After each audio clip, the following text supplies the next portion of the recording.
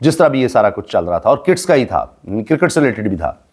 اور اس میں یہ سارا کچھ اب سامنے آیا ہے۔ اب دیکھنا ہے کیا ہوتا ہے، کیونکہ بابر اعظم کے بھی 30 کروڑ گئے ہیں، شاداب خان کے بھی 20 کروڑ گئے ہیں، تو ایسا نہیں ہے کہ ان لوگوں کے تعلقات نہیں ہوں گے، پورے ملک میں تو ہیں ہی ہیں، باقی دنیا میں بھی ہیں۔ تو اب دیکھتے ہی ہیں کہ یہ بیہائنڈ دا سین ہی کسی طرح سے اس کو قابو کرنے کی کوشش کرتے ہیں یا باقاعدہ کو کمپلینٹ لانچ کرتے ہیں، کیونکہ یہ تو 7 ارب روپے کا معاملہ ہے، پتہ نہیں کس کس کے لٹ گئے ہیں۔ ابھی تک بڑے نام سامنے آئے ہیں، لیکن بتایا جا رہا ہے کہ اس میں زیادہ تر کریکٹرز ہیں۔ ان میں نعیم بٹ صاحب کا بھی مزمل سہروردی صاحب نے نام لیا ہے، نعیم بٹ وہ بھی بڑے مشہور ہیں، شاید وہ بھی کرکٹر رہے ہیں ایک دور میں۔ تو یہ ساری کہانی ہے جی جو اس وقت سامنے آ رہی ہے، اور اس میں کہا جا رہا ہے کہ چونکہ انضمام الحق صاحب یا ان کا بیٹا فرنٹ پہ تھے، تو زیادہ انہی کی طرف یہ بات جا رہی ہے کہ ان کا نام استعمال ہوا یا ان کو اس طرح سے فرنٹ پہ رکھ کے اس نے اشارہ کروایا ہے، اور ظاہر ہے ان کا دوست اور یار بن کے۔ اب یہ ہو یہ رہا ہے کہ بعض لوگ اس کو لالچ سے جوڑ رہے ہیں کہ جی وہ ڈبل شاہ والا کیس ہے کہ اچھا پیسے لگا دو اور آ جائیں گے۔ ہمارے ہاں یہ اتنا زیادہ ہے، آج بھی بڑے سے بڑے آدمی کو آپ یہ لالچ دے دیں تو کہ جی اس میں ڈبل ہو جائیں گے، ٹرپل ہو جائیں گے، تو وہ بیچارہ اس جھانسے میں آ جاتا ہے۔ تو یہ سوچنا چاہیے کہ کوئی کما کے نہیں دیتا، لیکن جب دوستی یاری اتنے عرصے سے ہو، پھر آپ کو پیسے بھی لٹا رہا ہو، تو پھر کیا بنے گا۔ اب اس میں جناب چونا لگایا گیا ہے، اور کہا جا رہا ہے قومی کرکٹرز کو لالچ لے ڈوبی جال ساز کروڑوں روپے کا چونا لگا گیا ہے، اور اس میں 8 کھلاڑی تقریباً 88 کروڑ روپے، جبکہ ایک سابق کرکٹر لگ بھگ 90 کروڑ روپے سے محروم ہو گئے ہیں۔ فراڈ ایک کاروباری شخصیت نے کیا جو بھاری رقم ہڑپ کر کے پاکستان سے فرار ہو چکا ہے۔ قومی کرکٹرز نے ایک سابق کپتان کو دیکھتے ہوئے مذکورہ کاروبار میں سرمایہ کاری کی، جبکہ کھلاڑیوں نے براہ راست بھی اس کاروباری شخص کے ساتھ پیسے انویسٹ کیے۔ متاثرہ کھلاڑیوں میں سابق اور موجودہ کپتانوں کے نام بھی شامل ہیں، جبکہ ایک مشہور کرکٹ ایجنٹ بھی اس مبینہ فراڈ میں رقم سے محروم ہونے والوں میں شامل ہے۔ فراڈ کے باعث کئی قومی کھلاڑی اپنی کروڑوں روپے کی جمع پونجی سے ہاتھ دھو بیٹھے ہیں۔ کیونکہ پتہ نہیں کتنی جمع پونجی ہوگی، ٹھیک ہے ہمارے کرکٹرز امیر ہیں، لیکن اتنے بھی نہیں ہے کہ وہ کروڑوں روپیہ جناب ایسے لٹ جائے، ان کو کوئی فرق ہی نہ پڑے۔ ابتدا میں کرکٹرز کو غیر معمولی منافع بھی ملتا رہا، تاہم بعد میں کاروباری شخص اچانک منظر سے غائب ہوا۔ کھلاڑیوں کے چند ہفتوں تک رابطے کی کوشش کی، جن میں بعض کو جزوی طور پر رقم واپس بھی ملی، مگر گزشتہ 2 ماہ سے منافع کی ادائیگی بند ہو گئی۔ مبینہ فراڈ کرنے والے شخص کا امریکہ میں مقیم ہے، اور اس کے کئی پاکستانی کرکٹر سے ذاتی تعلقات تھے۔ متاثرہ کھلاڑیوں کا دعویٰ ہے کہ اس شخص کا فون بند ہے اور اس سے کسی قسم کا رابطہ ممکن ہی نہیں ہو پا رہا۔ مبینہ فراڈ کے باوجود کرکٹرز نے ابھی تک کسی پلیٹ فارم پر باضابطہ شکایت بھی درج نہیں کرائی، اور نہ ہی پاکستان کرکٹ بورڈ یعنی PCB سے اس معاملے پر کوئی رابطہ بھی کیا ہے، کچھ نہیں بتا رہے۔ چیئرمین PCB محسن نقوی نے قومی کرکٹر سے رابطہ کر کے فراڈ کے معاملے پر مکمل تعاون کی یقین دہانی کرا دی ہے، یہ ذرائع بتا رہے ہیں، دنیا نیوز کی خبر ہے۔ چیئرمین PCB کے رابطے پر کھلاڑیوں نے اطمینان کا اظہار کیا اور معاملہ جلد حل ہونے کے لیے پر امید ہے، یہ جی چیئرمین نے خود کہا ہے۔ اور اس پر اب کھلاڑیوں کی یہ امید ہے کہ اچھا اب شاید بیہائنڈ دا سین کچھ کر سکیں PCB چیئرمین ہی، لیکن یہ انہوں نے آفیشلی یہی کہا ہے کہ ابھی تک کوئی کمپلینٹ نہیں آئی۔ تو دیکھتے ہیں اب کیا ہوتا ہے اس میں، کیونکہ میں نے آپ سے جیسے عرض کیا کہ یہ بڑے لوگ ہیں،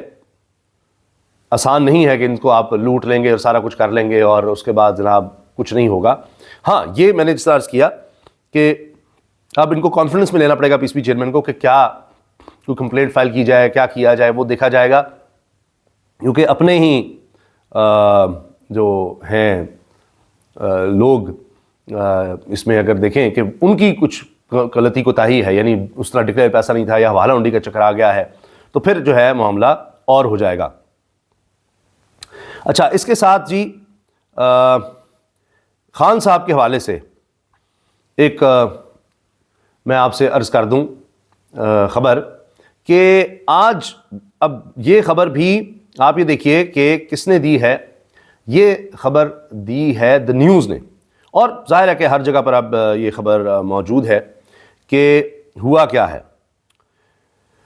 کیونکہ شہزاد اکبر برطانیہ میں ہیں، اور برطانیہ کے حوالے سے اب شہزاد اکبر کے بارے میں بڑی خبر یہ آئی ہے کہ ان کے لیے ان کی گرفتاری کے لیے حراست کے لیے رابطہ کیا انٹرپول سے یہاں ہمارے پاکستانی حکام نے، اور دا نیوز اور جیو ٹی وی کے مطابق انٹرپول نے کہا کہ جی ہم تو نہیں دے سکتے، کیونکہ القادر ٹرسٹ کیس کا مسئلہ تھا 190 ملین پاؤنڈ، اس میں چونکہ خان صاحب اور ان کی اہلیہ کو سزا ہو چکی ہے، وہ جیل میں ہیں، تو مین تو اس میں شہزاد اکبر آتے ہیں جنہوں نے ساری ڈیل کی، سارا کچھ کیا، سب کچھ کیا کہ جی اچھا یہ رقم جو ہے سپریم کورٹ میں جائے گی، یہ ساری ملک ریاض کی فیملی سے رقم لی گئی ہے اور برطانیہ میں ان کا معاہدہ ہو گیا ہے، کانفیڈینشیل معاہدہ ہے، تو یہ رقم سپریم کورٹ میں ہم ڈال دیتے ہیں، وہ ایڈجسٹ ہو جائے گی، ان کے جو خلاف جرمانہ ہو گیا، ورنہ ہمیں یہاں کیس لڑنا پڑے گا، پتہ نہیں کیا بنے گا، کیا ہم کیسے ثابت کریں گے کہ یہ ساری رقم رشوت کی یا جالستانی سے یا جعلی طریقوں سے کمائی گئی ہے۔ تو یہی تھا، تو ثابت کرنے میں اگر لگ گئے تو مسئلہ آئے گا، تو لہٰذا پاکستان میں تو آئے گی نا، اور سپریم کورٹ میں آئے گی۔ تو خیر یہ کرنے والے، معاہدہ کرنے والے، جا کر ملنے والے سارے شہزاد اکبر صاحب تھے، اس وقت کابینہ کا حصہ تھے۔ اب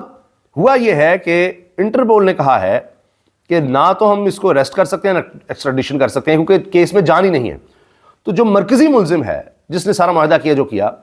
اس کے کیس میں جان نہیں ہے، تو پھر خان صاحب اور ان کی اہلیہ کو کیوں گرفتار رکھا؟ یعنی عالمی سطح پر یہ کیس کسی بھی طرح سے بنتے ہی نہیں ہیں۔ صرف یہی نہیں، اس سے پہلے اگر آپ دیکھیں عدت کیس، سائفر کیس، توشہ خانہ کیس، ان کے حوالے دے کر ایکس کو، ٹویٹر کو کہا گیا کہ جی خان صاحب کا بند کر دیں آپ اکاؤنٹ، انہوں نے وہ بھی نہیں مانا۔ تو یہ ہمارے عدالتی نظام کی وقت ہے، یہ ہیں ہمارے فیصلے یہاں پر جس طرح سے ہوتے ہیں، اور وہ کسی بھی اسکروٹنی میں ٹھہر ہی نہیں سکتے، سب کے سامنے۔ عدت تو اب خیر کوئی بھی ڈسکس نہیں کرتا، خود حکومت جو ہے وہ اب ان کے اہلکار بھی نظریں جھکائے پھرتے ہیں کہ یہ ہم نے کیا کر دیا۔ اچھا پہلے بڑا وہ بناتے تھے، دیکھیے یہ کیا ہے، پریس کانفرنس بھی کرتے تھے۔ اور اس کے علاوہ جناب اب یہ بھی پتہ چل رہا ہے کہ تحریک انصاف کے لوگوں کے آپس میں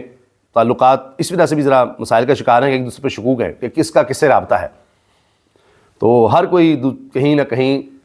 کسی بڑی شخصیت سے یا طاقتور حلقوں میں رابطے کی کوششوں میں ہے، مذاکرات آگے بڑھانے کی کوشش میں ہے، یہ چیزیں بھی چل رہی ہیں۔